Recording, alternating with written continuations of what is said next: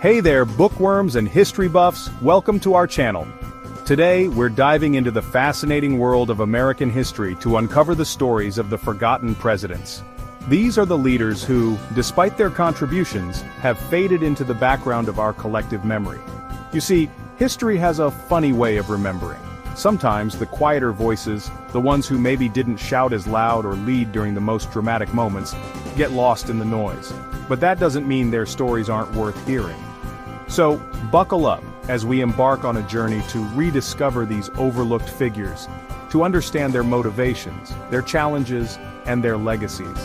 Let's give these forgotten presidents their due, and add a bit more nuance to our understanding of the American story. Before we jump into the specifics, let's take a second to ponder this. What makes a president memorable? Is it their charisma, their ability to navigate a crisis? Or maybe, just maybe, it has something to do with the stories we choose to tell about them. Think about it. When you picture Abraham Lincoln, what comes to mind?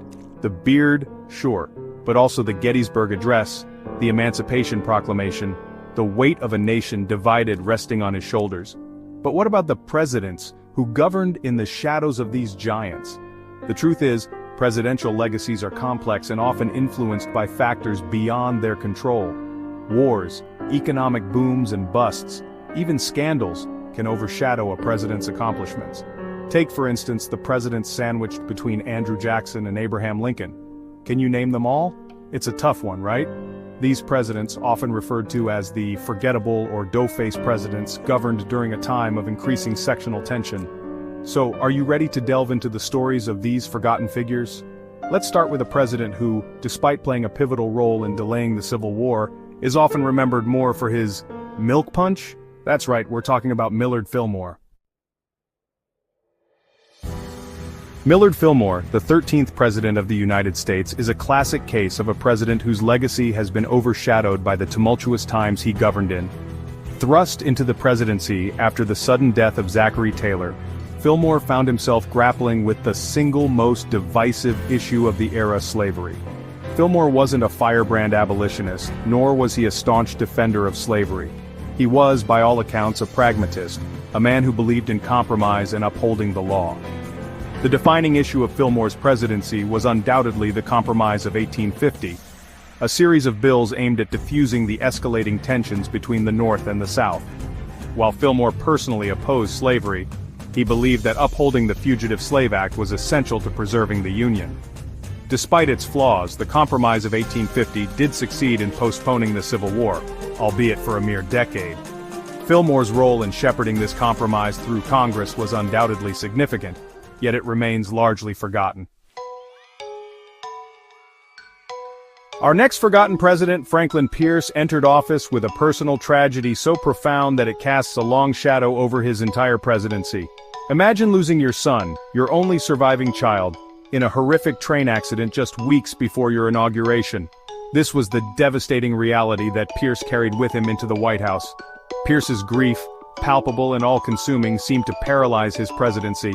He clung to the hope that preserving the Union, no matter the cost, would honor his son's memory. This belief led him down a path of appeasement towards the South, further inflaming the tensions that would eventually lead to the Civil War. One of the most controversial aspects of Pierce's presidency was his support for the Kansas-Nebraska Act of 1854. This act, which allowed for the expansion of slavery into new territories, reignited the debate over slavery with a vengeance.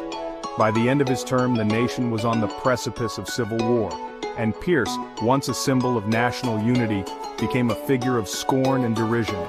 Ultimately, Pierce's presidency serves as a cautionary tale, a reminder that even the best intentions can have disastrous consequences when leaders fail to recognize the realities of their time. Now let's talk about a president who embodies the phrase, "Never judge a book by its cover." Chester A. Arthur, with his meticulously groomed sideburns and reputation as a creature of the political machine, doesn't exactly scream reform-minded leader. Yet his presidency became a surprising chapter in the fight against political corruption. Arthur's path to the presidency was anything but traditional. He rose through the ranks of the New York political machine, a system rife with patronage and cronyism. As vice president to James Garfield, he was thrust into the presidency after Garfield's assassination at the hands of a disgruntled office seeker. Imagine the nation's surprise when Arthur, the supposed puppet of the political machine, took office and championed civil service reform.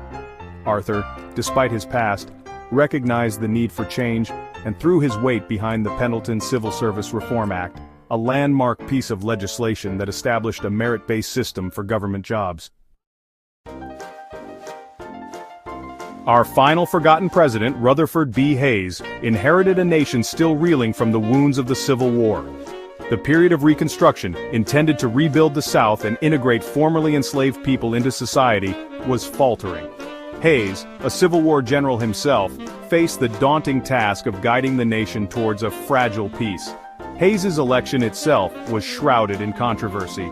The 1876 presidential election, one of the closest and most contested in American history, was ultimately decided by a congressional commission.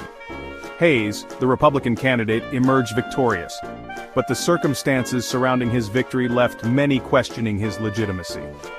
Despite this contentious start, Hayes was determined to heal the divisions that lingered after the Civil War.